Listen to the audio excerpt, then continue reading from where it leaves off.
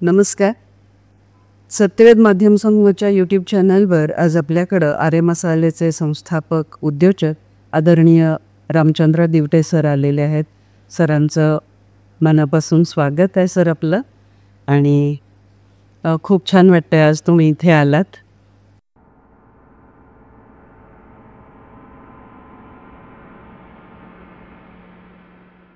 आम्हाला आपलं बालपण, शिक्षण आणि कौटुंबिक जीवन या बाबतीत जाणून घ्यायला आवडेल. म्हणजे असं प्रगतिशील मार्गात यावं असं माझी स्वप्नसुद्धा पडत नव्हते मला.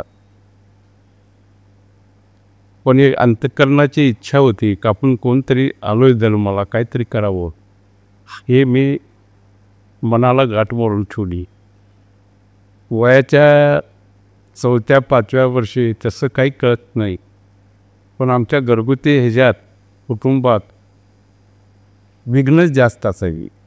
त्यामुळं मला वयाच्या अगोदरच कळायला लागलं. त्यामुळं त्यातून ती सुरुवात झाली. शाळेत जाता येणं अवघड होतं, पोटाला मिळणं अवघड होतं, आयुष्यात आनंद व्यक्त करणं त्याच्यापेक्षा अवघड होतं.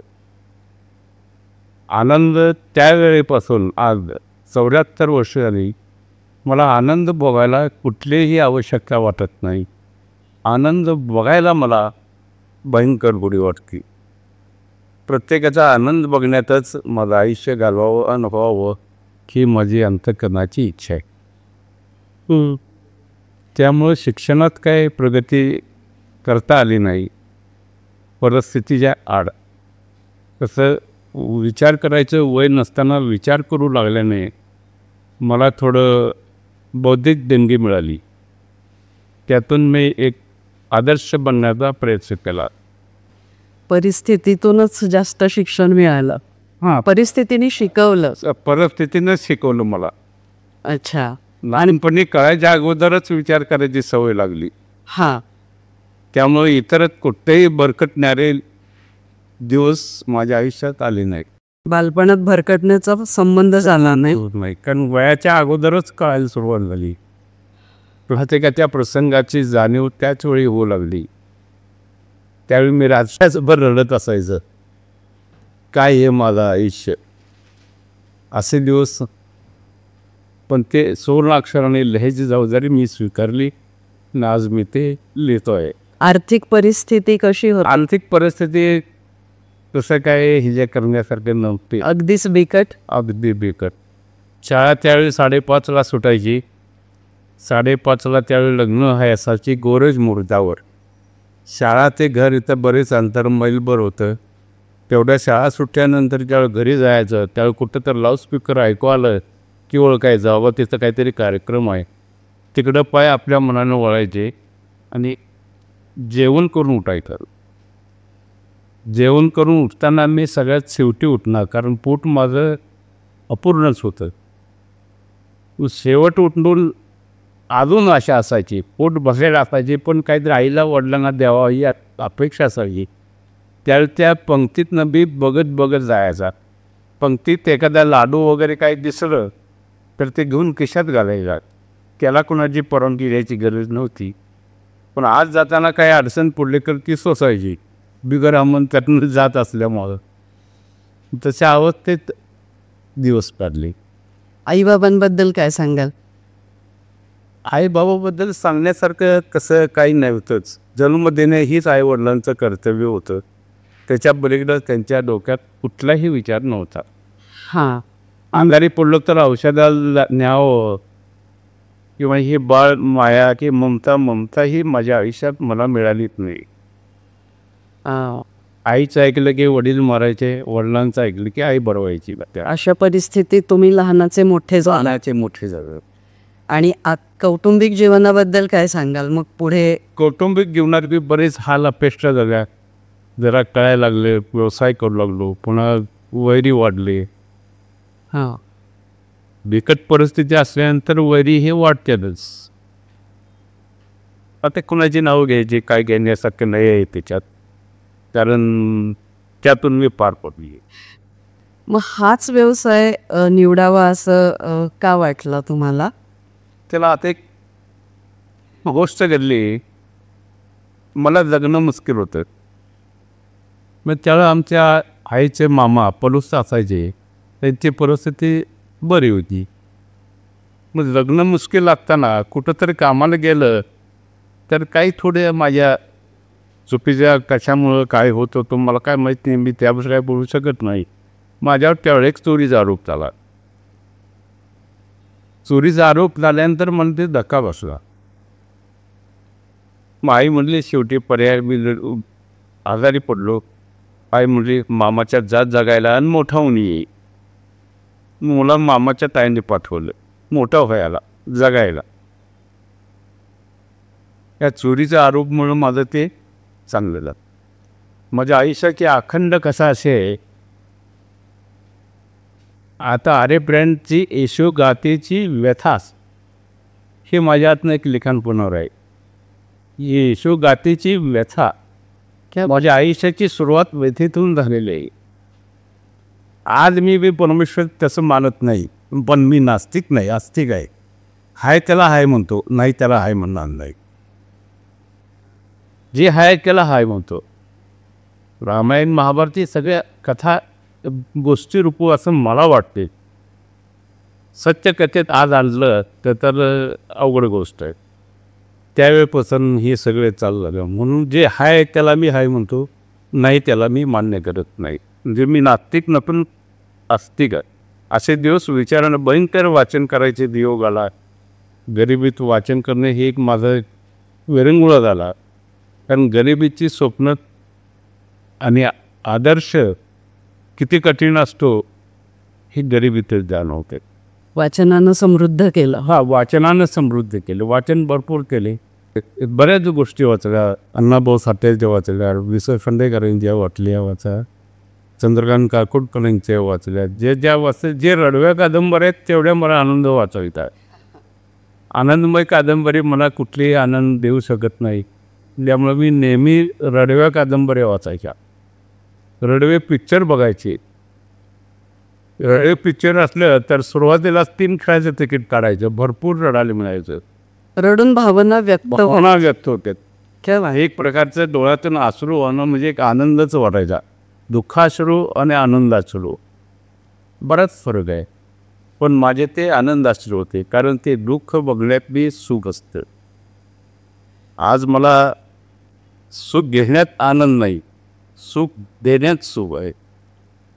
आज मी त्या पद्धतीनेच मी वागतो. तेव्हाही मी सुखी किती आहे ह्याचा विचार मी करत नाही. माझ्यामुळं लोक सुखी किती झाली, कामगार, वकील, अपत्य, मुलं बाळं, परिवार, त्यांच्यासाठी अहोरात्र झटायची माझी तयारी आहे.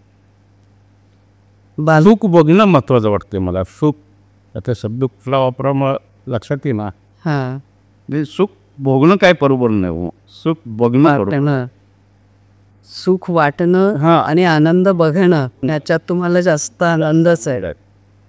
आज मी एकदम जेवढ्यासारखं आज आमच्यात जरी 300-400 कामगार असले तर मी मनाला अहंकार मानतो की 300-400 कामगारामध्ये 1 नंबरचा कामगार मी आहे. ती क्या बात आहे.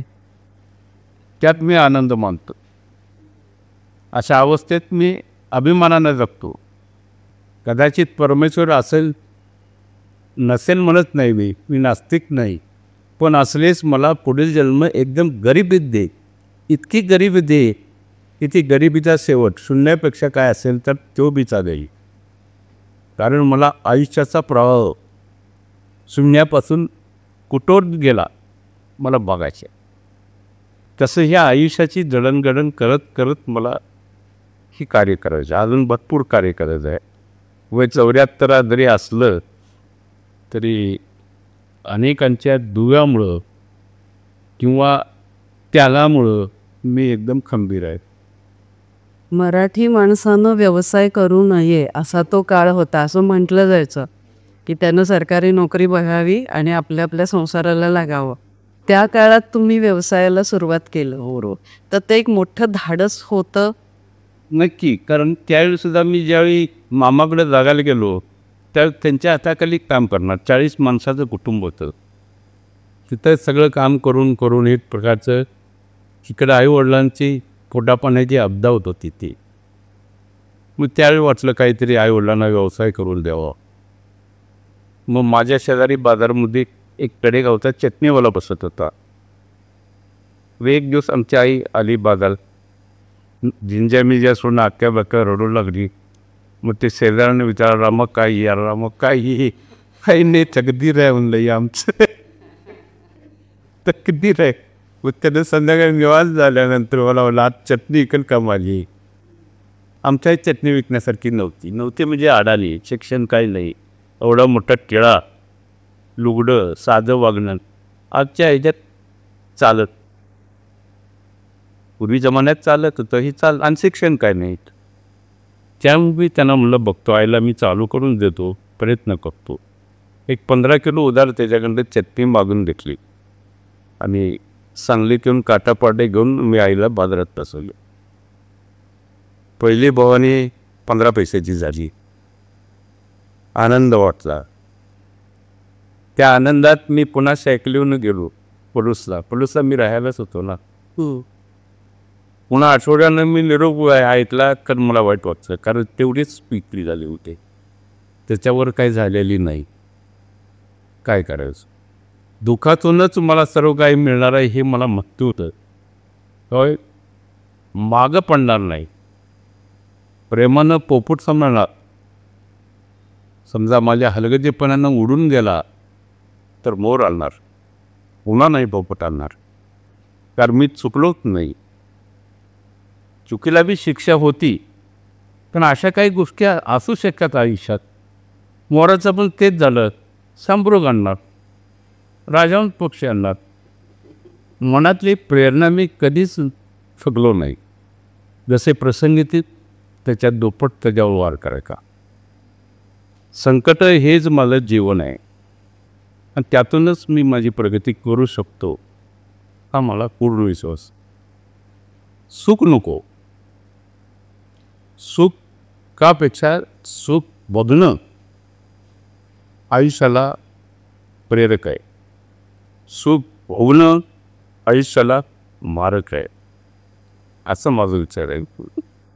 पहिला जेव्हा तुम्ही चटणी करून दिली, आईने करून दिली आणि तुम्ही विकायला मदत केली, तेव्हा तुमचं वय किती होतं साधारण? वय सर्वसाधारण एक 27-28 होतं. म्हणजे तो साधारण काळ केव्हाचा होता? किती साल होतं, काय आठवतंय? 27-28 म्हणजे सर्वसाधारण एक 85-86 तेव्हाचा काळ होता आणि त्या काळात तुम्ही ती सुरुवात केली. आणि हा जो व्यवसाय नंतर जम बसला त्याच्यामध्ये आणि RA मसाले असं नाव दिलं, तर त्याचं काय कारण असेल? कालांतरानं ते झालं. पुन्हा मी जरा 2 पैसे मिळवलं, मामाकडं सावकारी व्याजानं पैसे घेतले आणि एक दंग घेतला. दंग आमच्या वडिलांनी दरात घेतला नाही. अरे, धंदा करायचं मोठ्या माणसाचं काम असतं. त्यावेळी आमची वडिलाची शिकवण अशी होती, तर माणसाच्या आयुष्यात 2 दाते, गरीब आणि श्रीमंती. तेव्हा आपण गरीब दातेतलं आहे. तुला ही भिकाचं डोळं कोणी लावलं धंदा करायचं?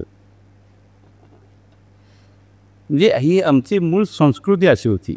बरोबर, धंदा करणं हे म्हणणं ही भिकाचं डोळं आहे असं आईवडिलाची चूक नाही. जर संस्कृतीत जे उपजतं त्याला काही पर्याय नाही. त्यावेळी मी दंग न्यायला पुन्हा आणला जुना, पुन्हा सावकारी कर्ज काढलं. मी त्या मामाच्यात सगळी कामं आनंदानं करत होतो, कुणाला नाही म्हणत होतो. मामाच्या घरात आयुष्यात न हा शब्द मी कधी तोंडातनं काढला नाही. हेतू पुरस्कार न हा शब्द नाही काढायचा. का? आईनं पोट भरायला पाठवले, पोट गरगरीत भरत होतं. सगळे मामा लाड करत नाही, सगळ्या माम्या लाड करत त्या, पोटभर बिळत होतो. तेव्हा आयुष्यात न हा शब्द काढायचा नाही हे त्यावेळी बसू शकले. आज मी शक्यतो वापरत नाही. न हा घातक आहे हो. खरं आहे. हे दुनिया शिकत आल्या, ते शिकत आल्या, शिकवत नाही. तेव्हा कुणी शिकवलं पाहिजे असं म्हणणं चुकीचं आहे. शिका ना. शिकत आल्या का शिकवत आल्या? नाही, शिकाय तुम्ही शिका, शिकलंच पाहिजे. मग असं असताना बी तो धंदा चालू केला. त्यावेळी आमच्या थोडं मामाने सहकार्य केलं, वडिलांनी केलेलं आहे. म्हणजे त्यांच्या संस्कृतीत नव्हतं. धंदा म्हणजे हे आपलं काम नव्हतं, उच्चवर्गीय लोकांचं हे काम आहे. आपण कामगार वर्ग. तरी मी त्यातनं मी चालू केला. पण बऱ्याच अडचणी, शेला पगारी, अमुक तमुक भयंकर अडचणी. आरे नाव का दिलं? त्यावेळेस ते थोडी प्रगती व्हायला लागली. संध्याची जिद्द चांगली होती. आमच्या भावाचं नाव अर्जुन होतं, माझं नाव रामचंद्र होतं. मग त्यावेळी आम्ही भावाभावाने, आमचे वडील मी घर सोडून गेले. घर सोडून गेल्यानंतर आम्ही एकटे पडलो. एकटे पडल्यानंतर मी थोरला होतो. पण मला वयाच्या कमी वयात विचार करायची सवय लागल्यामुळं चिंतन वाढलं. चिंतन वाढण्यानं मी भावाचं आर्य नाव केलं, रामचंद्र अर्जुन. अर्जुन, राम अर्जुन. राम. राम अर्जुननी सुरू केलेला व्यवसाय आणि आता तो खूपच वरच्या स्तरावर पोहोचलेला आहे. सुरुवातीला खूप सगळ्या गोष्टी तुम्हाला आव्हानात्मक वाटल्या असतील. उत्पादन करणं सोपं आहे कुठल्याही गोष्टीचं, पण त्याची विक्री करणं खूप अवघड आहे. आणि तेव्हा तर सुरू करताना भांडवल लागलं असेल, कच्चा माल आणायचा आहे, आणखीन काही गोष्टी लागणार आहेत, मशिनरी लागणार आहे, नवीन तंत्रज्ञान काहीतरी असायला पाहिजे. तर ह्या सगळ्यावर तुम्ही कशी मात केली? नाही, माझा मुळात गरिबीचा ह्याच्यातनं आयुष्य गेल्यामुळं एक सवय मला चांगली होती.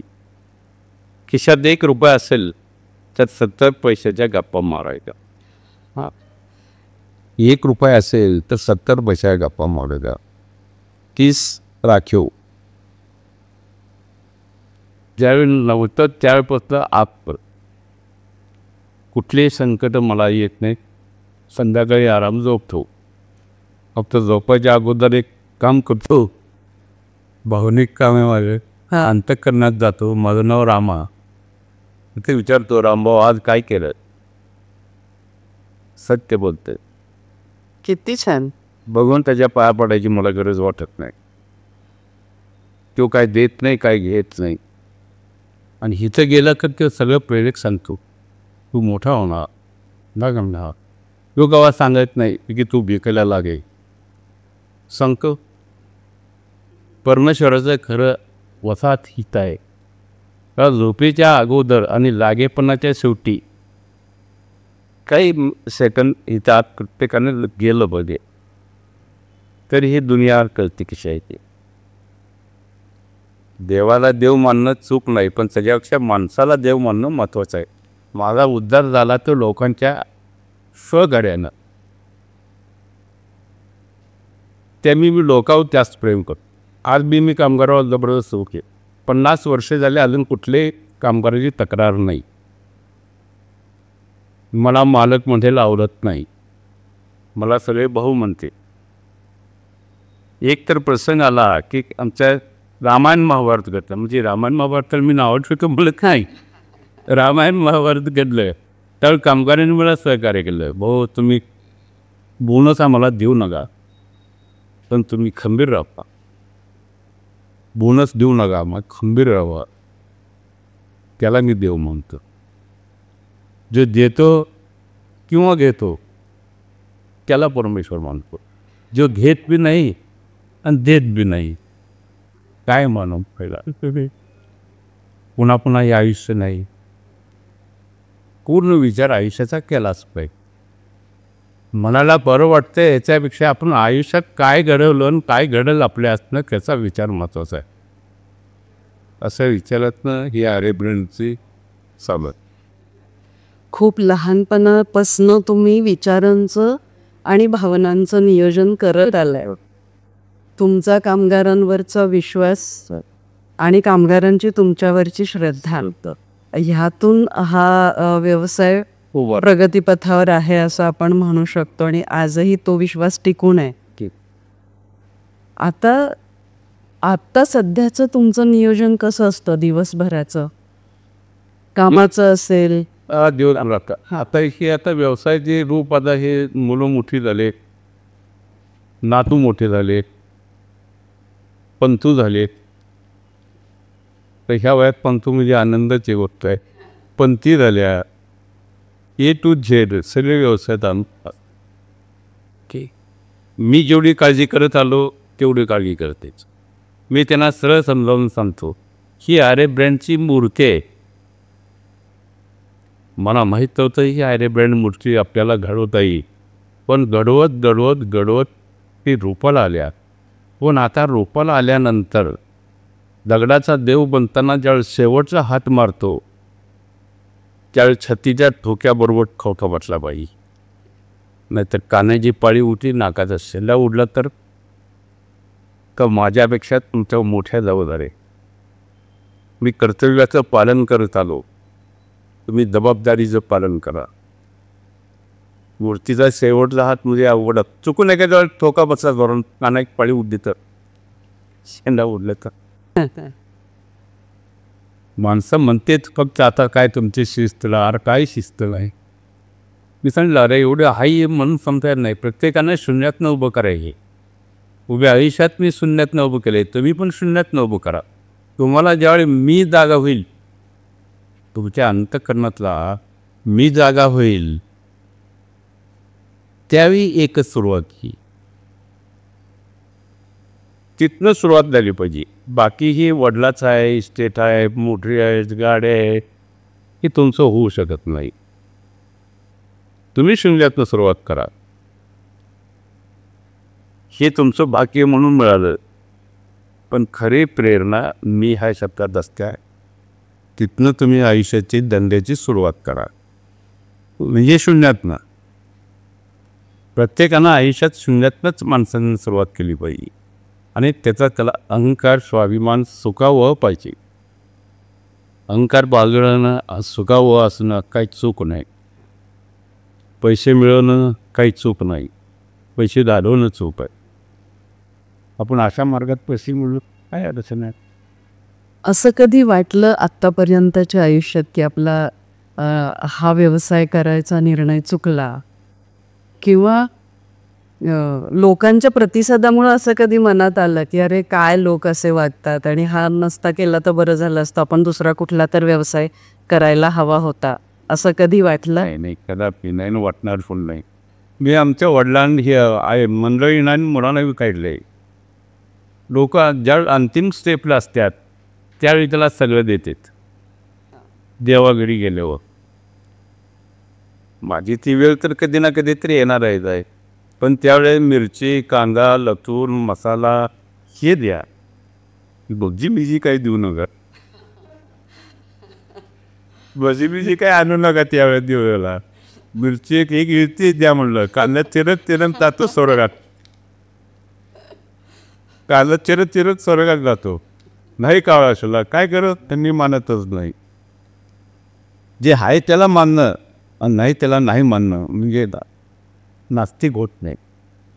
व्यवसायावर प्रचंड प्रेम आहे तुमचं. प्रचंड. आज बी अजून चुकून एखाद्या वेळा मला जर कणकण आली असं जर वाटलं तर मशीनवर जातो, डॉक्टरकडे जात नाही. बरं. मशीनवर एक नाईट मारली की फ्रेश सकाळी आणि बरं होतं. बरं खलास. विचार आता मुलगा बोलायचं. हे खूपच छान आहे. इतकं व्यवसायावर आपलं प्रेम असेल तर मागं पडायचं काही कारणच नाही. तो व्यवसाय भरभराटीला येणार 100% येणार. एखादा असा अनुभव सांगा ना की लोकांकडनं चांगला किंवा वाईट प्रतिसाद मिळाला असेल तुम्हाला, कुठलाही. लोकांच्याकडून काय प्रतिसाद मिळतो हे पाहणं इतकं महत्त्वाचं नाही आहे. आपण आपल्या अंतःकरणाला काय वाटते, चांगलं काय बरोबर काय हे कळतं, प्रत्येकाला कळतं. पण तेवढी आत्म्याची जाणीव त्याला आक्षेपाची. तो बरोबर सांगतो ही वाईट आहे, बघणार सांगतो मार रे त्याला, पुन्हा आत्म्याला ताकद खेचते मग अरे हे बरोबर नाही. सुट्टी सांगणार त्याला लागून ठेवायला पाहिजे, त्याला चिंतन करून मनन करायचं पाहिजे. माणूस म्हणून जगायचं काही अवघड नाही. पैसे मिळवणं बी काही अवघड नाही. पैसे म्हणजे काय आवड हवे नाही, आपल्या पोटा पाण्यापुरतं मिळवणं लय सोपं आहे. नुसतं संध्याकाळी झोपेच्या अगोदर लागे पुन्हाच्या शेवटी विचारायचं आपल्या अंतर्ला आज काय केलं. सगळं हे वितरण करत असताना, विक्री करत असताना कसं जमवलं सगळं? तशी काही अडचण आली नाही. अशी काही अडचणीची प्रश्नच माझ्या पुढे उभं राहिली आणि प्रश्नातून जायचं हे माझं दैवच आहे. त्यामुळे अडचण कुठली काही आली नाही. खूपच सकारात्मक आणि आशावादी असल्यामुळं आतून कदाचित तुम्ही ते प्रश्नांकडे प्रश्न म्हणून बघितलंच नाही किंवा ते प्रश्न म्हणून जाणवलंच नाही तुम्हाला. एक तर असा प्रश्न होता, गल्लीतल्या लोकांनी माझ्यावर तक्रार केली. रात्रंदिवस ते आवाज येते, ती काय त्यांची तक्रार चुकीची नाही. माझं रात्रंदिवस चालू असायचं. तो कंप्लेंट केली नगरपालिकेत, पोलीस स्टेशनला, कलेक्टरकडे आणि मला समज आल्या बाबा तुम्ही रात्री चालू उठा. थोडं मनाला धक्का बसला, निम्मा धंदा कमी झाला, चिंतेत होतो. पण ह्या लोकांनी जे केलं आहे ते माझ्या कल्याणासाठी केले. ते मला अशा विचारात मी नेहमी असतो. त्यावेळेला मी गावाच्या बाहेर 1-2 एकर जागा घेतली.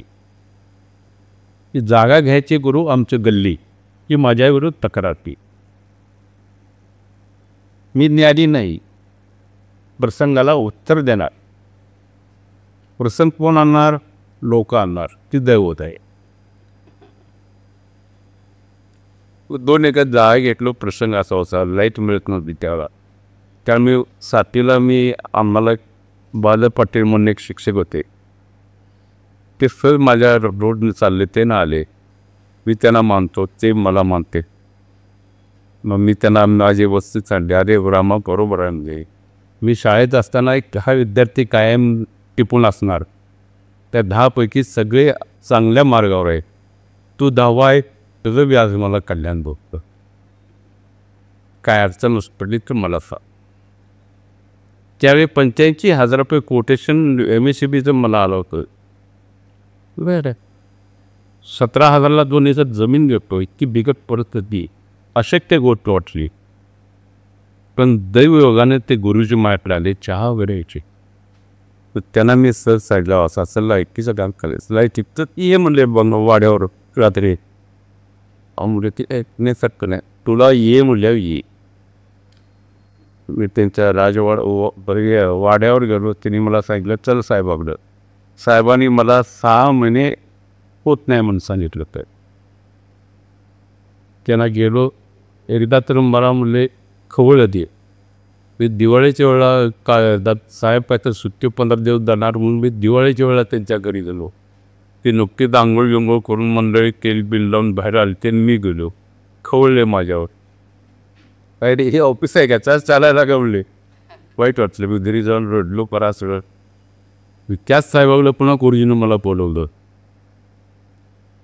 ये म्हणले साहेब तापट आहे, तू ये. तर ते गेलो. बघा त्या साहेबांनी सांगितलं अरे हो ड्युटी तुम्ही का आलाय. गुरुजी म्हणल्यावर मी आणले. हा माझा विद्यार्थी आहे. एवढंच बोलले गुरुजी. त्यावेळेस साहेब बोलले उद्या 11 वाजता या ऑफिसला. तेवढ्या एका शब्दावर तिने काम केलं. 8,000 रुपये कोटेशन दिलं. ट्रू केलं नाही, शेतीमध्ये घातलं. आम्ही औद्योगिक मागितलं. औद्योगिकला सर्व खर्च त्या पक्षकारांना द्यायला लागतोय आणि शेतीसाठी सर्व खर्च गव्हर्नमेंटनं घालायचा असते. ते म्हणजे आधी शेतीचं घ्या. बोर आहे म्हणून तलाट्याला 200 रुपये देऊन नोंद कुठलं शेतीचं कलेक्शन गावावरलो 10-12 पोल दुसऱ्या दिवशी. आईला म्हणलं काहीतरी अनर्थ तर करणार नाही ना. इतकं शुभ काम इतक्या चपाट्यानं होतं आहे म्हणजे मला भ्या वाटतं. अडचणी असायला पाहिजे. अडचणी असाय ते काम करण्याची एक मला सवयच राहिली. कुठलं बी आनंदात झालं तर मला बरं वाटत नाही. ब्रेक देतो. लोक अडचणीला घाबरतात आणि तुम्ही अडचणींना सामोरं जातो. एक प्रेरणा नाही. कधी कधी खूप नुकसान झालं असेल व्यवसाय करताना आणि कधी कधी अपेक्षेपेक्षा जास्त विक्री होऊन खूप फायदा झाला असेल. तर दोन्ही वेळच्या भावना कशा होत्या असं नाही. मी त्या विचारात असतो. कारण 30% माझ्याकडे बॅलेन्स असतो कायम.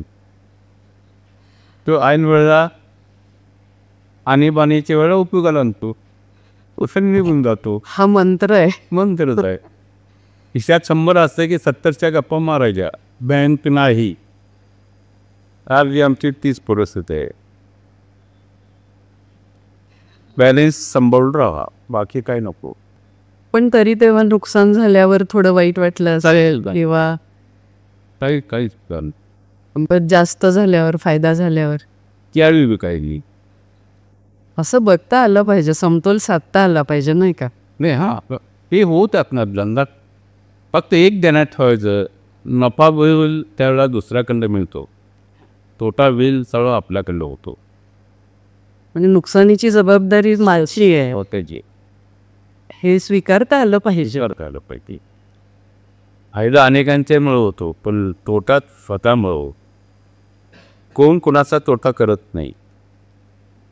माझं नुकसान करायचं असेल तर मीच करू शकतो, कुणीही करणार नाही. तुम्हाला कोणी आध्यात्मिक गुरु आहे का वाचनातून आलेलं हे अध्यात्म आहे? तो कारण तुनापेक्षा हे अपयशातून हे सगळं झालेलं आहे. वाचनापेक्षा अपयश डोळ्यासमोर असतं, डोळ्यासमोरचं पक्क लक्षात राहतं, पण वाचनाचं वेळ लागतो, विसरून जातं. पण जी डोळ्याला बघितलंय ती कदापि विसरत नाही. किती पुस्तकं वाचली असतील आतापर्यंत? भरपूर वाची. तसे एकांत वेळ घालवण्यापेक्षा वाचन करायचं. दोस्त नाही, मित्र नाही, काही नाही. दिवाळीचे विद्यार्थी आमच्या वर्गातली किल्ल करायचे. मी घर बांधायचा, काडेपिटी आणून त्याचा विटा करायच्या, वीट बांधायची, आणि शेवटी आई येऊन लादून पाडून टाकायची. तिची कामं ऐकायला पाहिजेत ना, पाडून टाकायची. रिकाम्या वेळेत वाचन हा एक छंद होता तुमच्यासाठी. ते बी रडव्या कादंबऱ्या आहेत.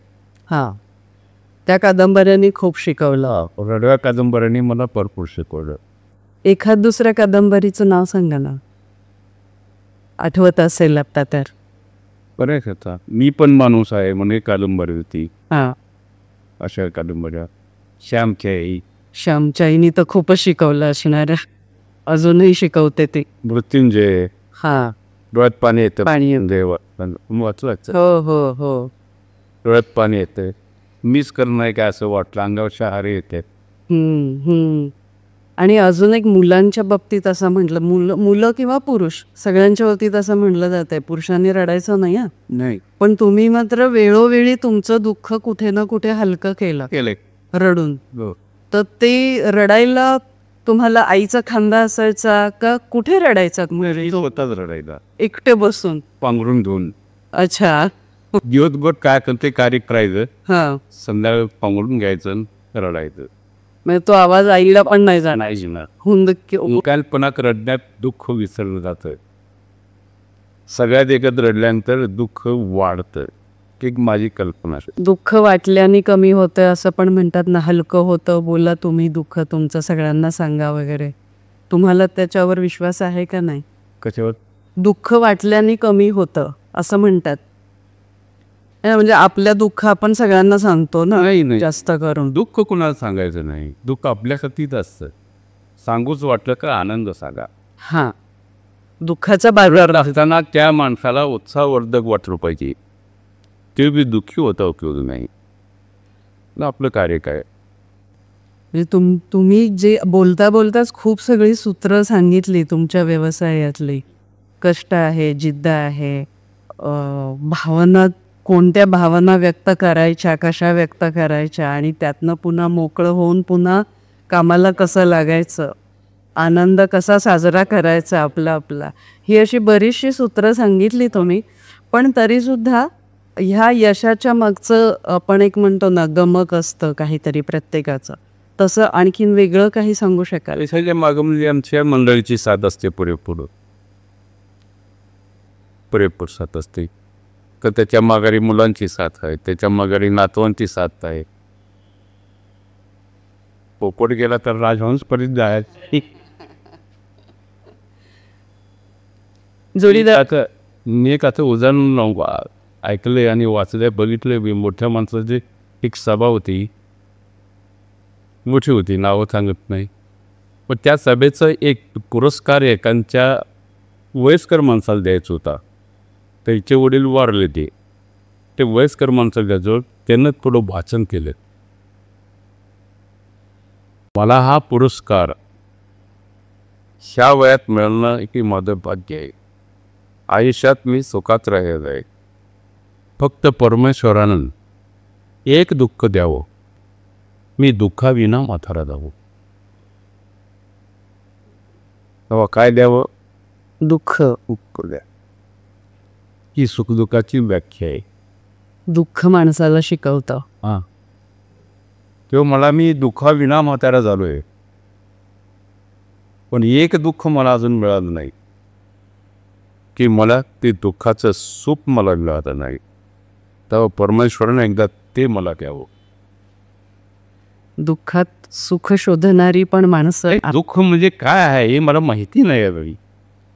ते अनुभव परमेश्वरानं मला दुःख द्यावं आणि ते सुख मला भोगायला मिळावं. अशी पण माणसं आहेत. परमेश्वर तपासण्यात काय अर्थ नाही. आपल्या डोळ्यासमोर परमेश्वरासारखे माणसं आहेत. त्यांचे विचार घेऊनच माणसानं मोठं झालं पाहिजे. भगवंतानं काही दिलं नाही, काही घेतलं नाही, पण आपल्या समोर बघतायत देव आहेत, सगळे माणसं आहेत. असा ग्रह करायला काय अडचण आहे? प्रगती होत असेल हां, तर काय अडचण? आज मी एवढा मोठा झालो माणसामुळं का फक्त परमेश्वरामुळं? मी कशामुळे मोठं झालो? माणसांमुळं का भगवंतामुळं? स्वतःला प्रश्न विचार ना प्रत्येकानं. हां, आज मी एवढा मोठा होतोय किंवा झालोय हे कुणामुळे? माणसामुळे.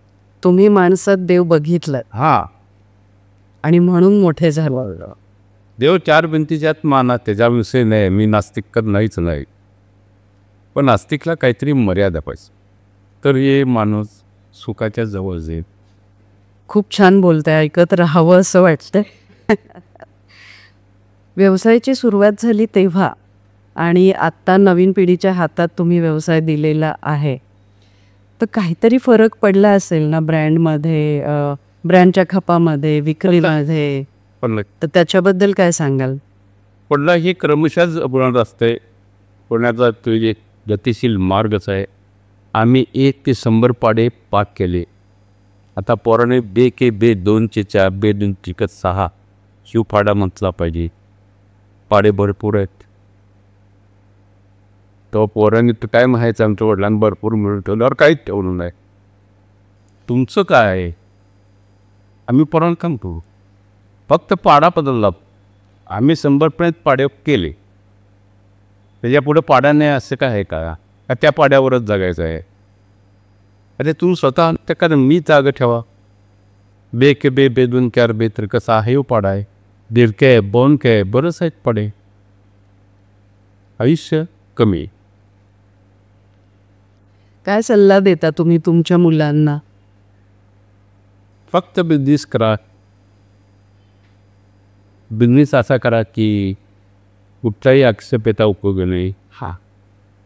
कुठला मोह पट्टा उपयोग नाही. त्याच्यामध्ये कल्याण झालं पाहिजे. आपलं आणि कामगाराचं कल्याण झालं पाहिजे. तसे निर्णय घेत राहावं. आता नवीन नवीन तंत्रज्ञान वापरत असतील विक्रीसाठी.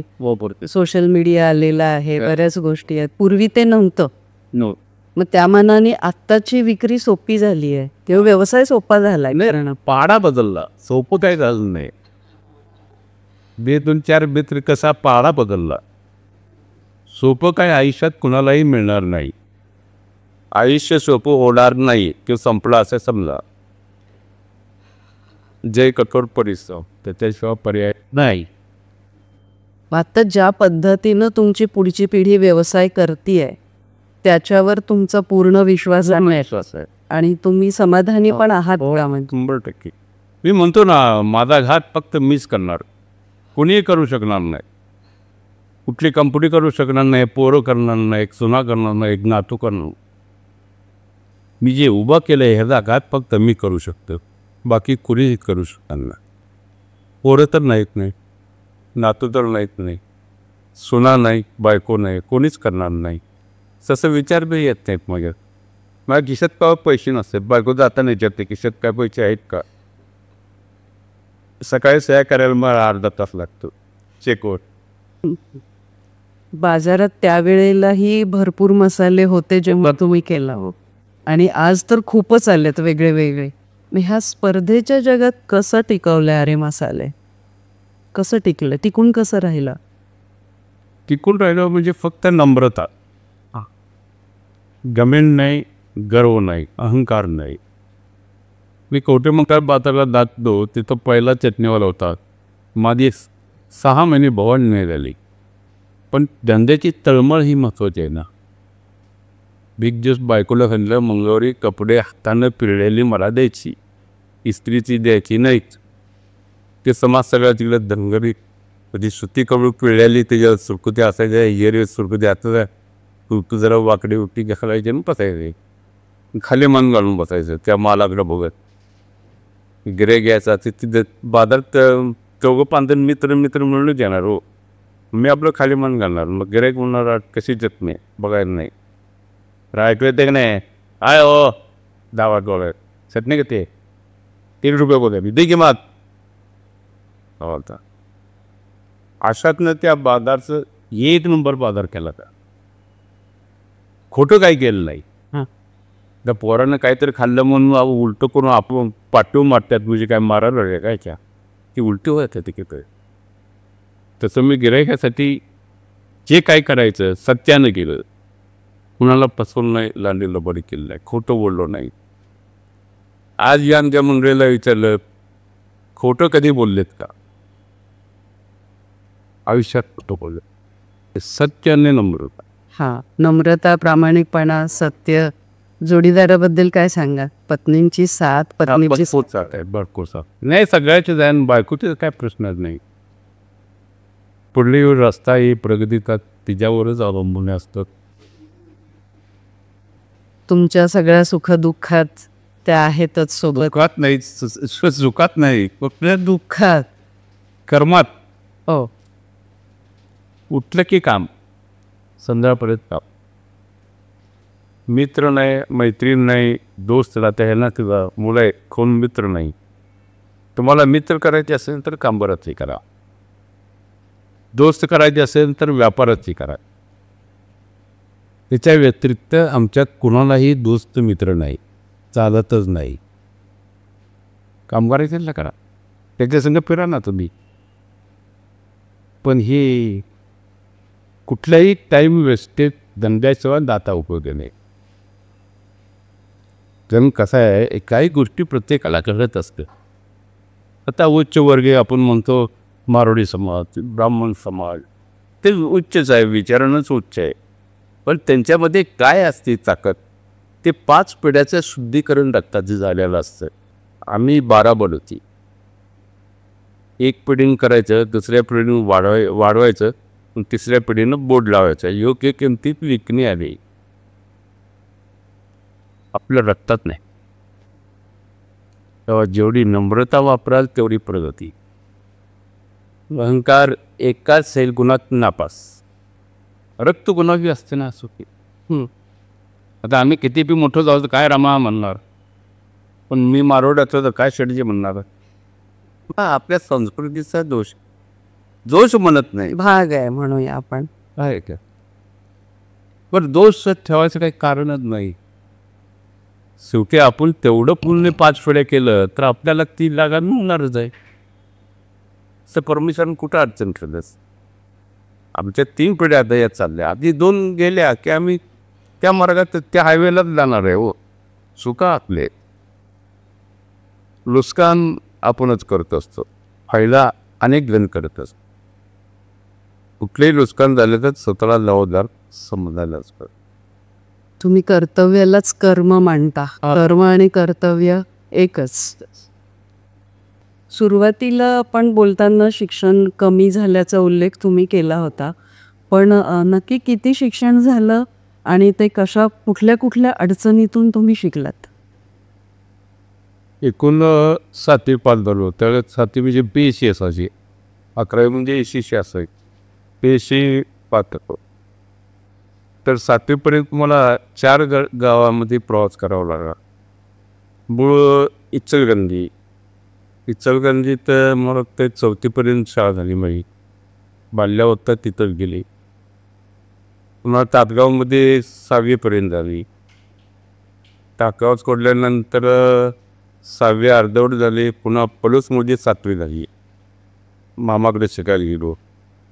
तिथून पुन्हा वडिलांनी विट्याला नेलं. मग विट्याला 8वीत 2 महिने गेलो. मग 8वीत 2 महिने गेल्यानंतर मी परिस्थितीनुसार ही गाव बदलावं लागली. मग विट्यात शाळेला रामराम दिला. कारण त्यावेळी परिस्थिती ही काय आमच्या पडछायाच आहे तिची. त्याला काय फरक पडला नाही ना आज बी पडत नाही. मग विट्यात पॉवरलूमवर आमचे वडील बी कामगारच होते. रोजगार करायचा. मग शाळेत इन्सर्ट लागायचा. पांढरा शर्ट आणि पॅकी चट्टी. तर ती पण मिळणं मुश्किल होतं. मग गंमत काय झाली, पॅन्टमध्ये पूर्ण जीर्ण झालेली होती. त्यावेळी पॅन्टा आणि शर्ट काम करून खांद्यावर एक शर्ट दिसणार आणि मागल्या बाजूला पॅन्ट झिजणार. ते बी इतके व्यवस्थित आम्ही वापरणार की एक धागा झिजणार, एक धागा दिसणार राहणार. वापरायचे एकदम व्यवस्थित. पण एक दिवस त्या शाळेचा खेळल्याच्या तासामध्ये घोटाळा झाला. 4 वाजता खेळाचा तास होता. कुबाडे म्हणून सर होते शिकवायला. आणि खेळत असताना असं ते ठोकं खाली वाकायचं इकडे तिकडे कसं ना, ते दुसरं पदर फाटलं विजायला अंडरपॅन्ट इथं. दुसरं फाटल्यानंतर त्यावेळी योग असा होता की मुलीच्या लाईनला मी होतो. ज्यावेळी फिरायचं असतं त्यावेळी ते मुलीला दर्शक झालं.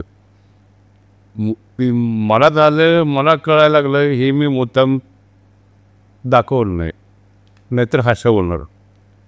मग तसाच खेळ चालू त्याला. मग ती मुलगी ग्राउंडमध्ये वाळू मारायला लागली. स्वतःच्या हाती घ्यायचं असं करत त्याला वाळू मारायला लागली. वाईट वाटलं. त्यावेळी मी वाचनालयाचा सेक्रेटरी होतो. कुठलं ना कुठलं तर मला पद त्यावेळी वयोमानानुसार मिळायचंच. मग तो मनाला धक्का बसला. कारण अगोदरच सगळे 2 महिने शाळेत जात दो तरी पुस्तकं व्यवस्थित नव्हती. त्यावेळची प्रथा, मी शाळेत पहिलीत गेल्यापासून 25% पुस्तके मिळायची. आज तुम्हाला माहिती नसेल 25% म्हणजे काय. 2 रुपयाचं पुस्तक 50 पैशाला. कुठले 4 धडे नसायचे, मागले 4 धडे नसायचे. तशी पुस्तकं मला मिळायची.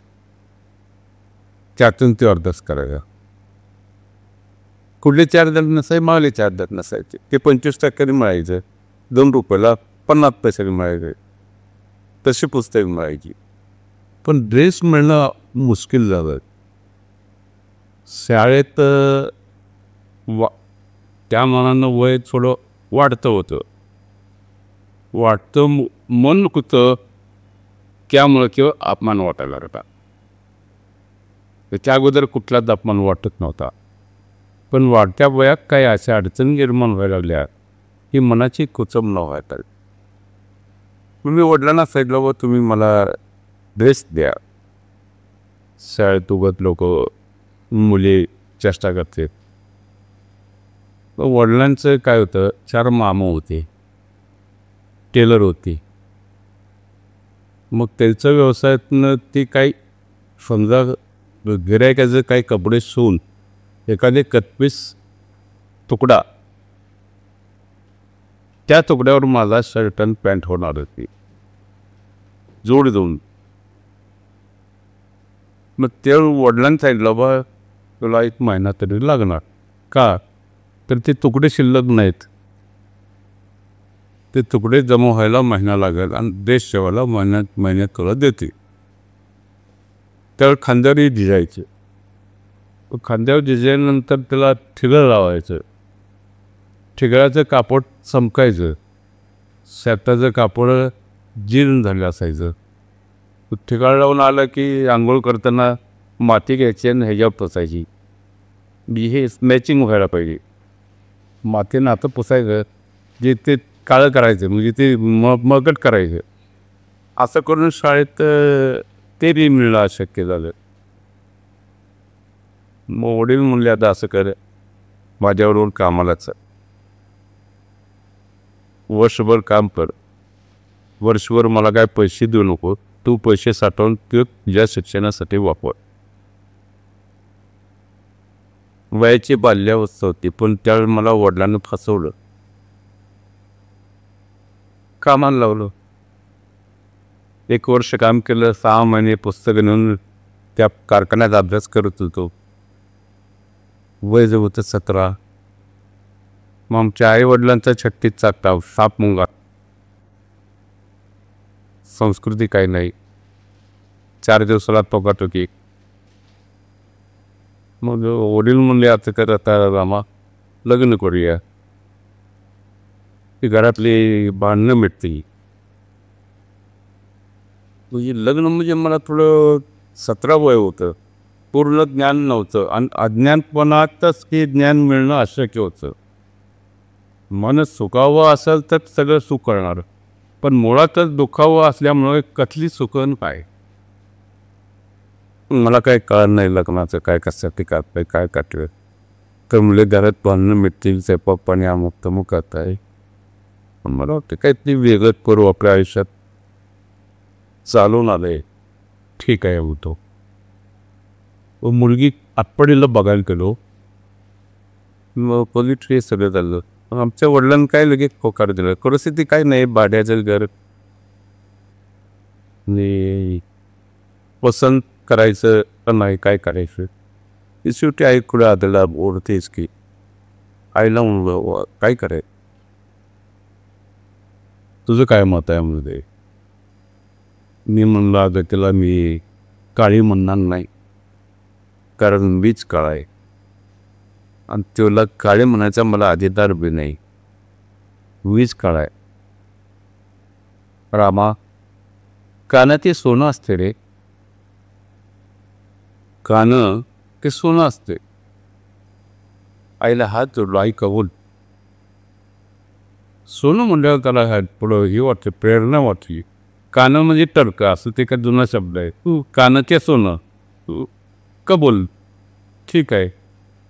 मग सगळे तयारी झाली. त्या पाहुण्यातनी या साईडला आम्ही होकार दिला. ते पाहुणे आले. आल्यानंतर एक भाड्याची खोली 10 बाय 10ची. आईनं आमच्या सकाळी उठून मला गाईचं शेण आणायला लावलं. शुद्ध दर करायचं. गाईच्या शेणानं अंगण, तुळशी आणि चूल सारवली. पण ते पूर्वी माळवडाचं घर होतं, म्हणजे वट पत्र नाही, स्लाब नाही, मातीचं सायन्स कट्टा. तशा अवस्थेत पूर्वी ढेकणं जात असायची. आणि पाठं उठलं बाजूवर दे की तेच काम करायचं. तसा वेग माराय. मग कोणे आले 11 वाजता, ठीक आहे उलट. मग गायचं शेण आणून सारवलं, शुद्ध केलं. तर मुलं बी थोडी शुद्ध झाली. आलं बघितलं, तुला अमक्या पाहुण्याची गाठ करून येतो. ठीक आहे मी या गावा. ते आलीच नाही. 4 वाजता मेन वडील गेलो त्या मध्ये सगळं बाबा ते काय झालं नाही म्हणजे ते ढेकणाच्या नामाट्या बघून पळूनच गेले. बोललेच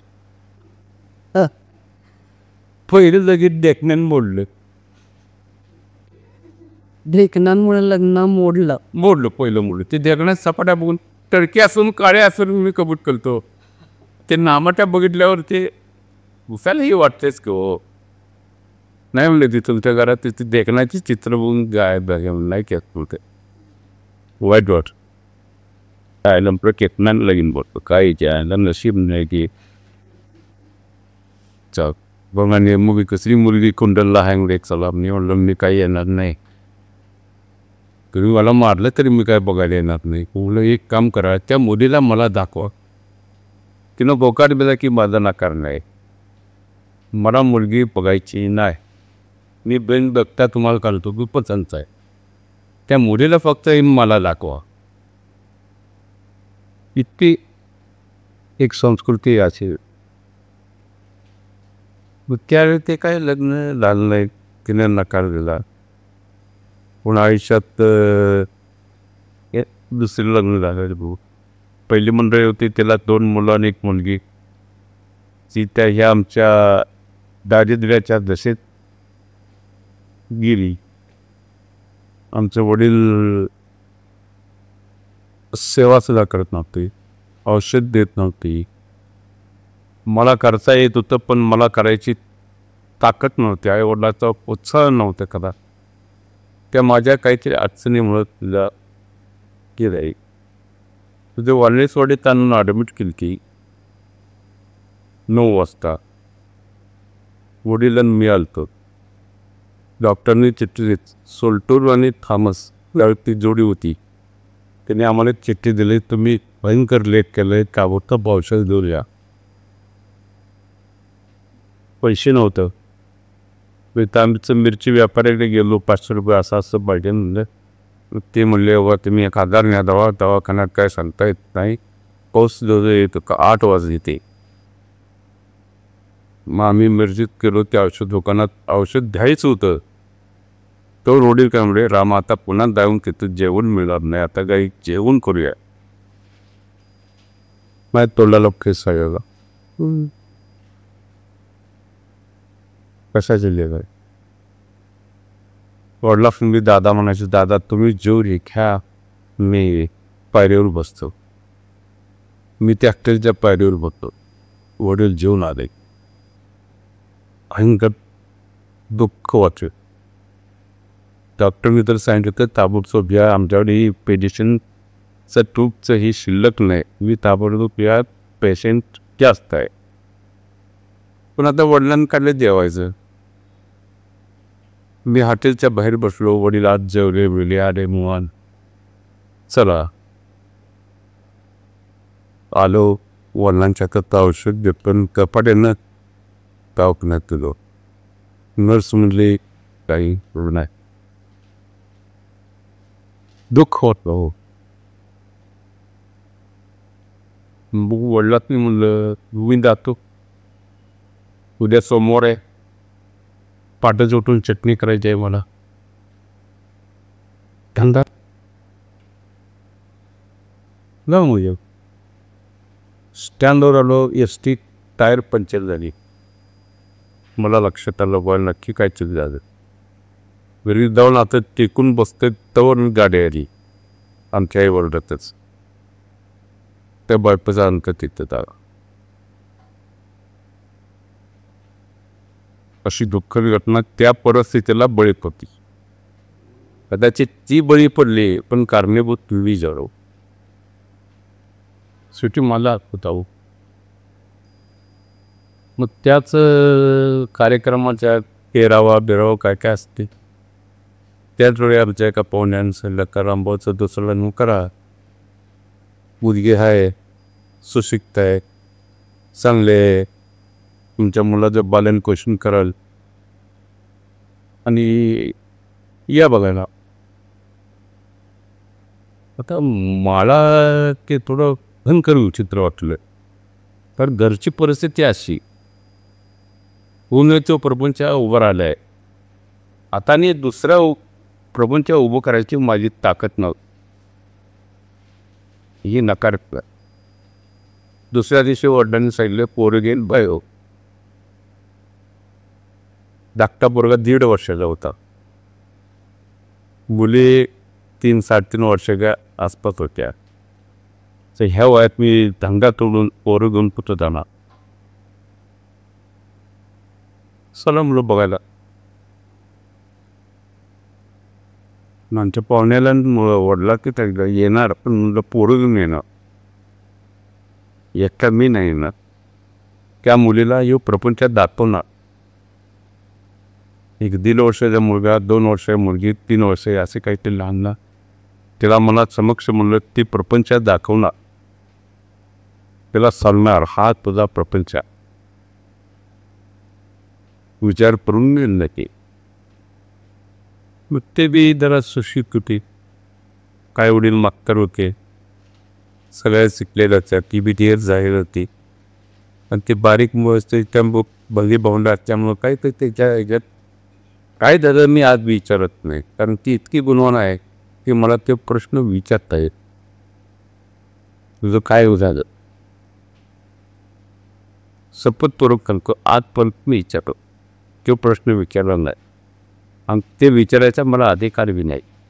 इतकी गुणवान असताना मी काय एक शब्द विचारला नाही. पण तिची आठवण होऊ नये म्हणून मी हिजंच नाव तिला ठेवलं. तिचं विजय नाव होतं, तेच नावनी तिला विजय. घरात त्या बायकोचा फोटो सुद्धा लावलेला नाही, कारण घरात दुग्धावस्था पाहायला नको, आपल्याला प्रगतिशील मार्ग बघायचा आहे. दुग्धावस्था पाहायला नको. ही तुझी आई ही माझी आई. नंतर ही मुलगी मला मुलं नको तोच आहे, काय ही माझी मुलं मला मुलं नको. पण मी म्हणलं परमेश्वरानं तुला माझ्या नशिबात दिलंय, तुझा उद्धार पाहायला पाहिजे. एक मुलगा एक मुलगी पाहायला पाहिजे. तिला किंवा एक मुलगा एक मुलगी वकील आहे असा. असंच तुम्ही सुरुवातीला व्यवसायाबद्दल पण सांगितलं. भरपूर आमच्या वडिलांचं थक्कीच करा. किती वेळा धंदा बंद पडला, का दंड आज घेतला नाही. लाईटचं कनेक्शन घ्यायला पैसे नव्हतं. मी त्या साहेबाला भेटून फक्त 1 HP मोटरचं कनेक्शन घेतलं. लाईटचं मिळालं नाही. लाईटच्याला त्याला 150 रुपये भरायला पाहिजे होतं. पण मला का दंड बंद ठेवायचा नाही, 150 रुपये मिळायचं का वाहन घ्यायचं कवा. त्यावेळी देवटं घेऊन असं डब्यातही घालून त्याला वात लावून हिगडे खिगडे ठेवून मी धंदा चालू केला. आज माझ्या प्रत्येक पॅकिंगवर मशाल आहे. बरं. ही लाईट नव्हती त्यावेळी मी ह्या मशालवर मोठा झालो. पण पैसे नव्हतं म्हणून फक्त मोटर फिरवून घेतली आणि 2 दिवटे ठेवले रात्रभर का. असं किती वर्ष केलं असेल? असे कमीत कमी 5 वर्ष गेले की. अरे बापरे. 5 वर्ष. खूप कष्ट झाले असतील त्यावेळेला. ज्यावेळी मनाला दुःख व्हायचे त्यावेळी गाणं म्हणायचं, एक धागा पकाचा 100 धागे दुःखाचे. म्हणा की चला. आनंद वाटायचा, आनंद वाटायचा. आता पण म्हणू शकताच आहे. मी तर आनंद वाटायचा. गाणं म्हणायचं करमणूक करायची. माझ्या जीवाची दुःखाची करमणूक मलाच करायला आनंद वाटतो. काय बोलते नाही हाय काय, एक आदर्श आहे काय, काहीच नाही. तिची भरपाई त्याचा मलाच करो, आनंदाने केली, त्याचंही पळावं. म्हणून मी म्हटले ना, माझी अधोगती मीच करू शकतोय, गुन्हेही करू शकणार नाही. ग्राहक कसे भेटत गेले? ग्राहक बाजारात बसलो आम्ही तेव्हा, तर सुरुवातीला काही ग्राहक मानायचे नाहीत. गिराईक घ्यायचं अवघड व्हायचं. काय काय गिराईक म्हणायचं, काय रे घरात तू चोरून आणलंयस काय चटणी काही असते का बाजारात, काय त्यावरती धंदा नव्हता चक्का. मग असं करत करत 10 पैशाचे 15 पैशाचे ते कमीत कमी जी लोक जुन्या कपड्यावर दिवाळी साजरी करतात, आम्ही तसा समाज वर्ग आहे. गोसावी दौरी अमुक तमुक जुन्या कपड्यावर दिवाळी साजरी, ती लोक 10 पैसे 15 पैसे चटणी व्हायची. त्यांच्यासाठी मी सकाळी 7ला जाऊन दुकानात पत्ता. असं करत करत त्या लोकांनी मला ओळखात. 10 पैसे 15 पैसे मला त्यांची घाण वाटायची, पण त्यांची त्यातली त्या आनंदात कान बुजून जायचं. आज व्यक्ती बसली की मिठी मारतात, काय चटणीवाले होऊन आनंद वाटतो. तेच गिराईक अजूनही आहे आपल्याकडे. जे पोरं आहे गुन्हे बिन आहेत काबून काय आहेत ते कटपट. एकदा माझा नगर स्टँडवर समजा तुम्ही, त्यावेळेची ती म्हातारी पती ही भांडी विकत होती. मी दुसऱ्या मुलीत चटणीवाला काय मुलं. मग ती कॉलेजच्या मुली होत्या, मग त्यासनं ते कोतवाडे म्हणून गावाला गेस्ट आली. मग त्या मुलीजवळ त्या मुली ती मुली उचललात. हे कॉलेजच्या मुलं काय उचलणार, त्याला काय कपाळ केसन कापड बघून घेऊन. अरे रामा, तू तर उचलला की. आई उचलतो. तिनं माझं खरं गुण बघितलं हो. म्हणून मी आज साधा वाग. माझं आयुष्याचं गुण काय आहे ह्याचा पश्चाताप जन्म दिला त्याला व्हायला पाहिजे म्हणून नाही काय. आत्ता या सगळ्या आत्ताचा जो उद्योग आहे विस्तारलेला असा, त्याच्याबद्दल काय सांगाल? किती विस्तारलंय? म्हणजे 10 किलोपासनं जी सुरुवात झाली ती आत्तापर्यंत, तर आत्ता काय प्रोडक्शन होतं आहे आपल्याकडं? किती होतं आहे आत्ता? कमीत कमी 10 टनापर्यंत तर होते. मला आयुष्याचं वाक्य होतं, पुढे आणि पुढे आणि त्याच्याही पुढे. पुढे आणि पुढे आणि पुढे आणि त्याच्या पुढेही पुढे. हां, किती सुंदर. पुढे आणि पुढे आणि त्याच्याही पुढे. प्रेरणादायी वाक्य आहे. मला कॅलेंडरमध्ये वाक्य लिहायची चांगली सवय आहे. कारण मी शाळेत असताना मला मास्तरने त्या फळ्यावर सुविचार लिहायला सांगायचे. ती व्यास सवय. मी कॅलेंडरमध्ये सगळे वाक्य माझे असतात. या जगातील सर्व धर्माचे देवदेवता एकाच वेळी प्रकट झाले, ते तर सुखाने नांदतील काय? प्रश्न आहे हा. प्रश्न आहे बाबा. सांगा ना, नांदतील मुनी? नांदतील. माझी परीक्षा आहे. नाही नांदू शकणार. नाही नांदू शकणार. नाही शकणार. लोक नांदू देणार नाही. देणार नाही. देवालाही लोक सोडत नाहीत तिथे आपली वेगळ्या. त्यानुसार देव स्वतः कल्याण नाही का देव जरूर म्हणा. आत्ता शेवटाकडे येताना मला तुम्हाला असं विचारायचं, तुमच्या आत्ता काय जबाबदाऱ्या आहेत या व्यवसायातून? तशा सर्वसाधारण मीच माझ्या हातनं घडलं आहे. ज्या जीवात जीव आहे तोपर्यंत मी याची पालनपोषण करणार, वाढवणार ही माझी कर्तव्यच आहे. मी मुलाने बी सांगणार आहे किंवा सांगितल्या बायकोला की माझ्या मृत्यूनंतर कांदा, लसूण, कोथिंबीर, भाजी हे ठेवा. फरसाने पेरसा काय ठेवू नका. तुम्ही काय अन्नासाठी तर माणूस नाही काय का करायचं. अरे वा, अशी आपली टॅगलाईन आहे. ती टॅगलाईन घेऊन आपण खूप सगळे मसाले बनवले आणि आता अजूनही नवीन नवीन त्याच्यामध्ये बऱ्याच उत्पादनांची भर टाकली आहे. मला वाटते गुलाबजाम पण आहे. एका बाजूला मसाले आणि गोड पदार्थ, गुलाबजाम असे काही पदार्थ नवीन येत आहेत. तर काय किती प्रकारचं उत्पादन आहे? तरी मला वाटते 7-5 पदार्थ आहेत की. अरे बापरे, भरपूरच आहे. पुरे खूप छान. नमकीन आहे, लोणचं, चटण्या, ही दोन सगळे उत्पादनं प्रत्येकाला गरजेचे असणारे आणि त्याची सेवा होणारी. गरजेच्यापेक्षा सेवा होणारी कशी जी ती उत्पादन आहेत. सेवा हा एक आमचा महत्त्वाचाच मुद्दा आहे. त्या मुद्द्यातून ही आमची उत्पादने बऱ्याच ठिकाणी वाढवतोय. इकडं तुमचं निम्मा महाराष्ट्र, गोवा, कर्नाटक, पुढे आणि पुढे त्याच्या एक पुढे. म्हणजे मसाले, नमकीन आणि मला वाटतं लोणची, पापड ते पण आहे. सगळे व्यवस्थित चालू आहे. आमच्या ताकदीप्रमाणे धीमे धीमे कासना.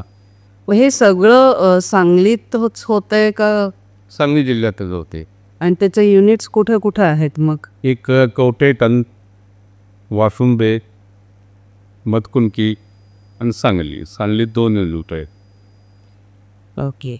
ज्या महाराष्ट्र, गोवा, कर्नाटक अशा ठिकाणी आपलं उत्पादन पोहोचलेलं आहे, आपले मसाले पोहोचलेले आहेत.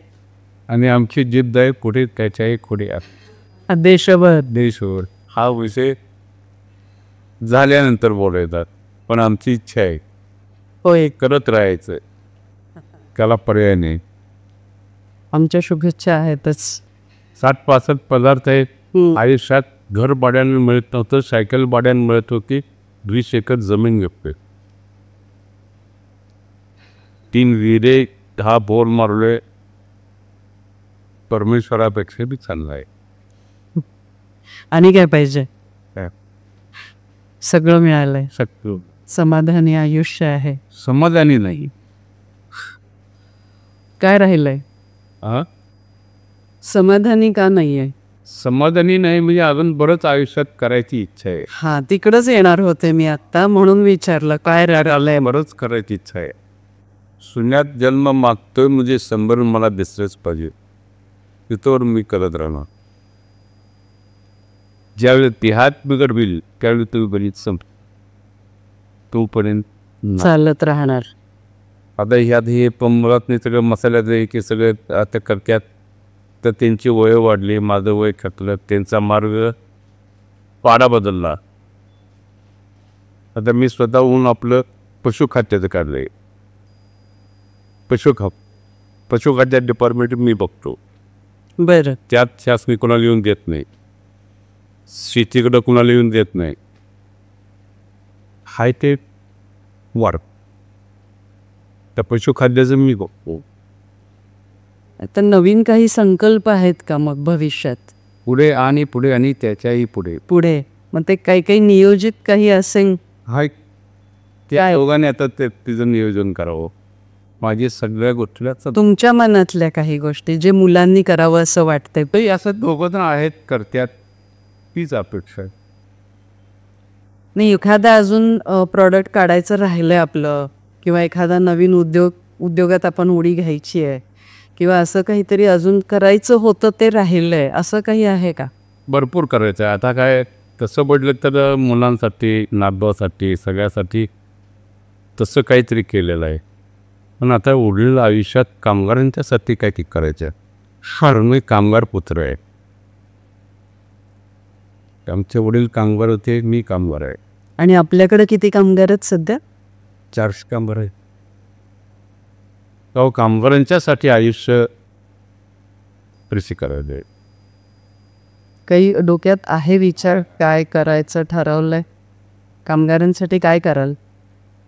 त्यांची प्रगती व्हायला पाहिजे. त्यांच्या नावारूपाला भाऊ आदर्श वाटला पाहिजे. माझ्यानंतरच प्रत्येकाच्या डोळ्यात पाणी यायला पाहिजे. तुम्ही एवढं प्रेम दिलंय ह्या लोकांना. हीच आहे. आता जे नवीन उद्योजक येत आहेत, नव्यानं उद्योग करू पाहणारी ही तरुणाई आहे, ह्यांना तुम्ही काय संदेश द्याल? सत्य शिवाय पर्याय नाही. मला बरीच अनुभव आहे. किंवा मी मुंबईला माल देत होतो, गाडी माल घेत होता.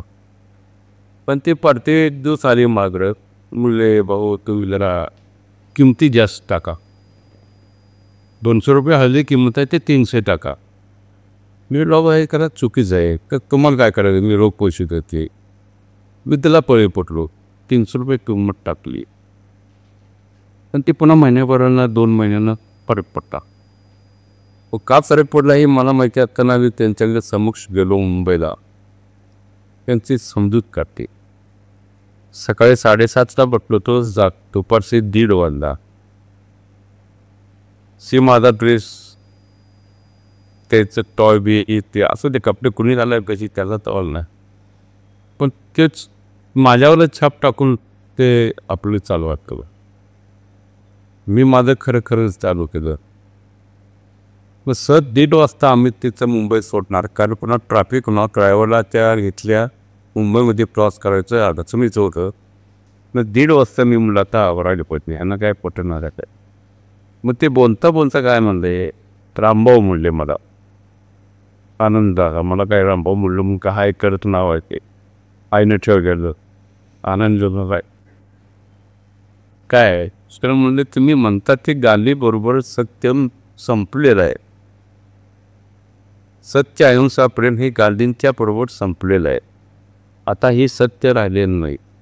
आणि ही तर मुंबई आहे इथे, ही तर मुंबई आहे. माझी जायचं टाईम जातं. मी त्यांना म्हणलं, तुम्ही ह्या शब्दाला बांधीला आहात का? खरंच काय राहील नाही, इथे मुंबई आहे. मी थोडं चुकीचं बोलणार आहे, रागवणार नाही ना, बोलाव. मग त्यांचे भाऊ, मधले भाऊ, आई वडिलाचं समोर बसले ते. मी त्यांना म्हणलं, तुम्ही कुटुंबाने आहात, मोठे आहे तुम्ही. ह्या 2 भावांना कधी सांगितलं आहे का? पुन्हा त्यांच्या मागे त्यांच्या मंडळी होत्या. कॉलेज येताना की मुलगी होती. म्हटलं त्या मुलीला तर उभं आयुष्यात कसं वागावं ते सांगितलं आहे का? खरेच काय राहील नाही मुंबई सांगितलंय. मंडळीला तर सांगितलं खरेच काय राहील नाही मुंबई. 7 वाजल्यापासून राव मला लागला खेळ बोलायला. घर सुधारा काय ते आता मुली माझ्या उठून मारते काय करतो तर मारून देत होते. शेठजी ही आई वडील आहे, मला शपथपूर्वक सांगा, ह्या आई वडिलांनी उभ्या आयुष्यात तुम्हाला एकदा तरी सांगितलंय का खरेच काय राहील नाही मुंबई? तुम्ही कॉलेजच्या मुली सांगणार आहे, मंडळीला शिकवणार, मलाच का शिकवणार? शिकवा की, पण तिला उत्तर त्यानंतर त्याला अंगाला बारीक आम्हाला आता मोठे ती उत्ताला का होईल असं नाही म्हणलं. सृष्टी मी म्हणतोय ते तुम्ही म्हणताय ते त्याचा फरक केव्हा सांगतो, मी निघून जातो. 4 सोर असते तुझं म्हणजे ते दरोड करू, बरोबर आहे. त्या चौघांची इके असते, एकानं पिस्तूल घ्यायची, एकानं प्लॅन करायचा, एकानं कुलूप तोडायचं, एकाने तिगरी उकोडायची. ते प्लॅन असतं आणि ते प्लॅन असं असतं की ते प्रत्येक वेळेला वेगळं असते.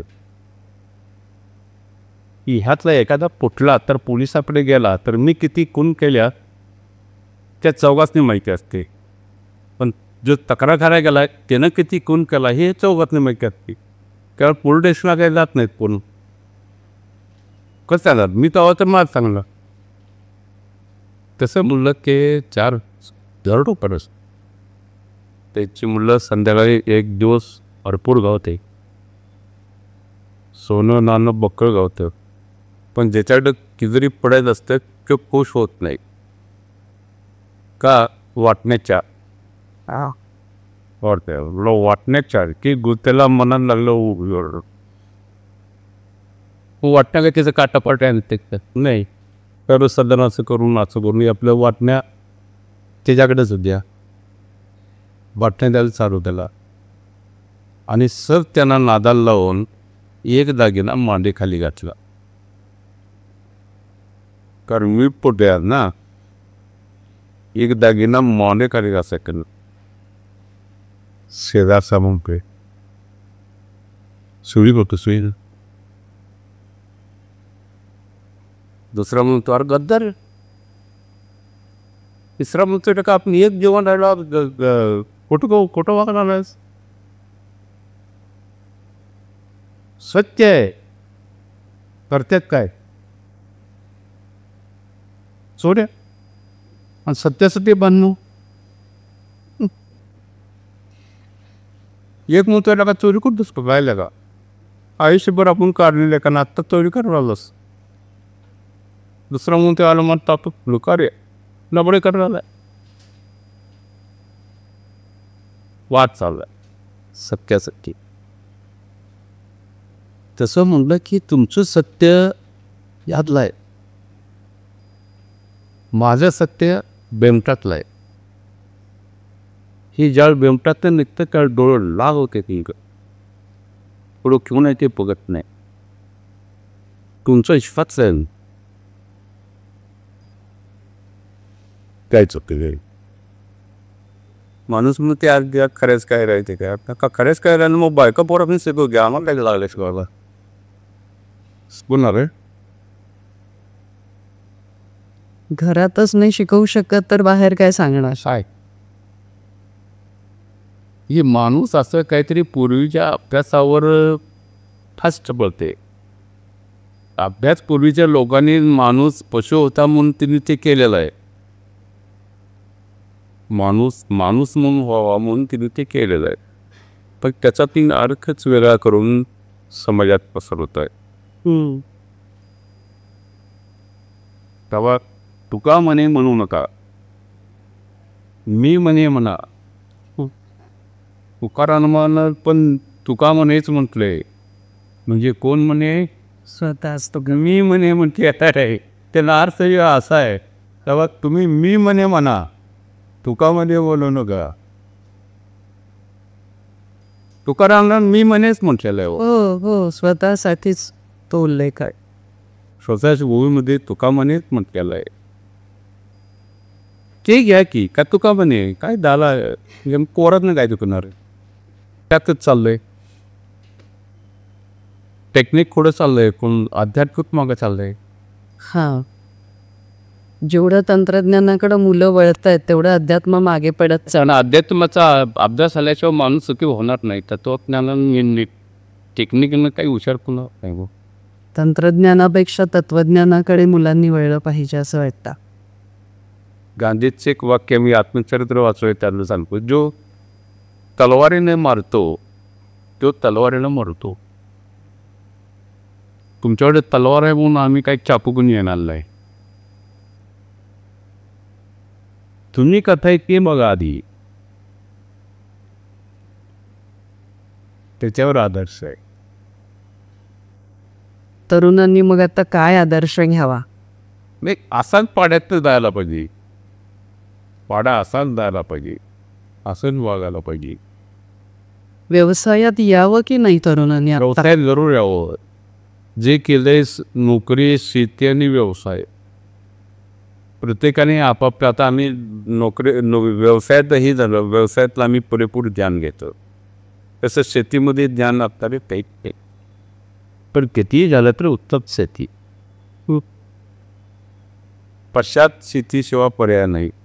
लोकसंख्या भरमसाठ वाढत्या, पण जमीन वाढणार नाही. त्यामुळे शेतीशिवाय पर्याय. पण व्यवसायात येणारे जे नवीन तरुण आहेत ते लवकर निराश होतात. त्यांना थोडा जरी नुकसान झालं, काही पण त्रास झाला थोडासा, लगेच निराश होतात आणि चुकीचं पाऊल उचलायला बघतात. तर आशावाद टिकावा तरुणांमध्ये व्यवसाय करताना, तर त्यासाठी तुम्ही काय सांगाल? तुमचा असा एखादा किस्सा आहे का? नाही, व्यवसायात एकाग्र झालंच पाहिजे, त्याशिवाय पर्याय नाही.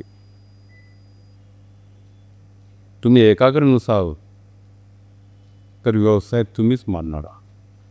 खूप लवकर मुलांना वाईट वाटतं आणि फेल जाते.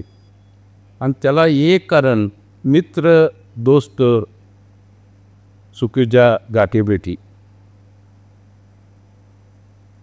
आता आमच्या मुलांना कुठलाही दोस्त केला तर आवडत नाही. विचारा,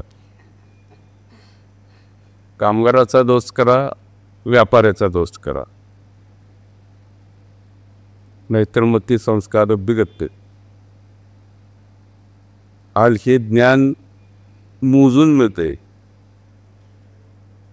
पूर्वी सापडत दुसरीकडे, आता मोजून मिळत. तेव्हा बंदोबस्त ताबडतोब करा. कुठलाही दोस्त घरात आणायचा नाही. आमच्यातला कुणालाही दोस्त नाही, मला बी नाही. आयुष्यात कधीच निराश झाला नाही. कधीतरी स्वतःला त्रास करून घ्यावा नाही, असं काही प्रसंग आलं पण आता वाटलं नाही. एकदा विष प्याचं माझ्या डोक्यात आलं. अरे बापरे. दोनदा आलं. एक किस्सा सांगते. कारण गरिबी आमची, संस्कृती नाही. आईचा स्वभाव वेगळा, तापमुंगा. वडिलांचा स्वभाव वेगळा. माझी नुसतीच धडपड. मी येशू ख्रिस्ताचा एवढा मोठा अभ्यास केला की पुण्याहून गाडी आली होती ख्रिस्तांची. मी एवढा अभ्यास केला आहे की मला ख्रिश्चन व्हायचं आहे. म्हणून मोठेपणा वाचला. घरी गेलो, आई वडिलाचा मार खाल्ला. किरकोळ काम, वाईट वाटतं. आईला म्हणलं मला मी कोण आहे, इथं गेलं तर बोटं वाढते आणि ह्यातनं बाहेर आलं की सुपडा साप. म्हणून शेवटी मरून जावं वाटतं. त्याला देगणाची बाटली होती, डेट म्हणून पूर्वी. ती आता कसं नॉन पिकत ना, तसं देखण्याची केस पटशू. त्याचं आयुष्य संपून टाक. पण त्या आयुष्यात काय अडचण नाही, सगळा अंधार. कुठे बी दारूवरून पडलं तर कोणी इचणार बी. मग इचलकरंजीत असताना आम्ही गांधींचे पुतळा ऐकतो, तिथं कट्ट्यावर कोटतो आणि एक पुढारी गांधींना नमस्कार केला आला. मी त्याला पुढे घेतलेली होती. आता चढली की दह्याचा कुठल्या बोळात आणि औषध प्यायचं, पेऊन ठेवायचं. तर ते असं नमस्कार करताना मी दिसलो त्याला. मी दिसल्यावर तो इतका खोळला माझ्यावर, हातात धरला, चूत मारशी म्हणलं गांधीच्या पुतळ्याजवळ दारू पिले. कनपट्टी केली माझी, नशा उतरले. ह्या माणसानं आपलं गांधींच्या जवळ बसलोय. गांधींनीच सांगितलं काय कोणाला ठाऊक, सूतमारीच्या मंत्रा. तेव्हा उरलेलं आयुष्यात सूतमारीच्या म्हणून जगायचं. त्यावेळेपासून कुणालाही भेट नव्हतं. मी म्हणतोय केस बरोबर करत आलो. आज मी देत विचार बरोबर अजिबात कोणाला चालूच देत नाही. पण करायच्या आधी 50 वेळा विचार करते. निर्णय माझा असतो. ते बी कुठंवर सक्सेस होते. तो मी ज्यावेळी कुठं पिछाट होईल माझी, त्यावेळी मी दागाव सोडणार. आता मसाले दे सगळी पोरं बघतात, नाकं बघतात, मी त्यातनं मन काढते. मन काढल्या म्हणजे रिमोट कंट्रोल मारत असते, ती कटगोड सोडत नाही नाही अजिबात. आणि एवढी तपश्चर्या आहे हे सगळं. आणि ही गाडं असं किती तर अजून मोठं ह्याच्यावर असं आहे. गर्व नव्हं, तपश्चर्या. तपश्चर्याचा स्वाभिमान बाळगण्यात चूक नाही. तेव्हाही अशीच वाटचाल चालू राहणार. सुवर्ण महोत्सवी वर्ष सुरू आहे, म्हणजे 50 वर्ष पूर्ण होत आहेत आत्ता. त्यासाठी तुम्हाला खूप शुभेच्छा. आणि सत्यवेदच्या आमच्या या माध्यम समूहामध्ये तुम्ही आलात यूट्यूब चॅनलवर आणि खूप छान गप्पा मारल्या. आम्हाला खूप छान वाटलं, आनंद झाला. कारण आता तुम्ही म्हणताय की आता दुःखाचा विषय नाही. इथून पुढे आम्ही हे शिकलो तुमच्याकडून की आनंद वाटायचा आहे. खूप सगळ्या गोष्टी तुम्ही तुमच्या आपल्या या संवादातून आमच्यापर्यंत पोहोचवल्या की तरुणांनी आपल्या भावनांवर नियंत्रण कसं ठेवलं पाहिजे, स्वतःला कसं ओळखलं पाहिजे. आणि ह्याच्याशिवाय निराशा कधीतरी येणार आयुष्यात, पण ती निराश झाल्यानंतर नेमकं करायचं काय आणि त्यातनं बाहेर कसं पडायचं. आणि इतका मोठा व्यवसाय उभा करत असताना तुम्ही जी काही जिद्द दाखवली आणि त्याच्यातून हा डोलारा तुम्ही तुमच्या स्वतःच्या खांद्यावर घेऊन उभे राहिलात, याचा आम्हाला खूप अभिमान आहे. खूप छान गप्पा झाल्या, धन्यवाद. आजचा संवाद आपल्याला नक्कीच आवडला असेल. आपण आपल्या प्रतिक्रिया आमच्या कमेंट बॉक्समध्ये लिहा आणि सत्यवेद चॅनलला लाईक करा, सबस्क्राईब करा, शेअर करा. धन्यवाद.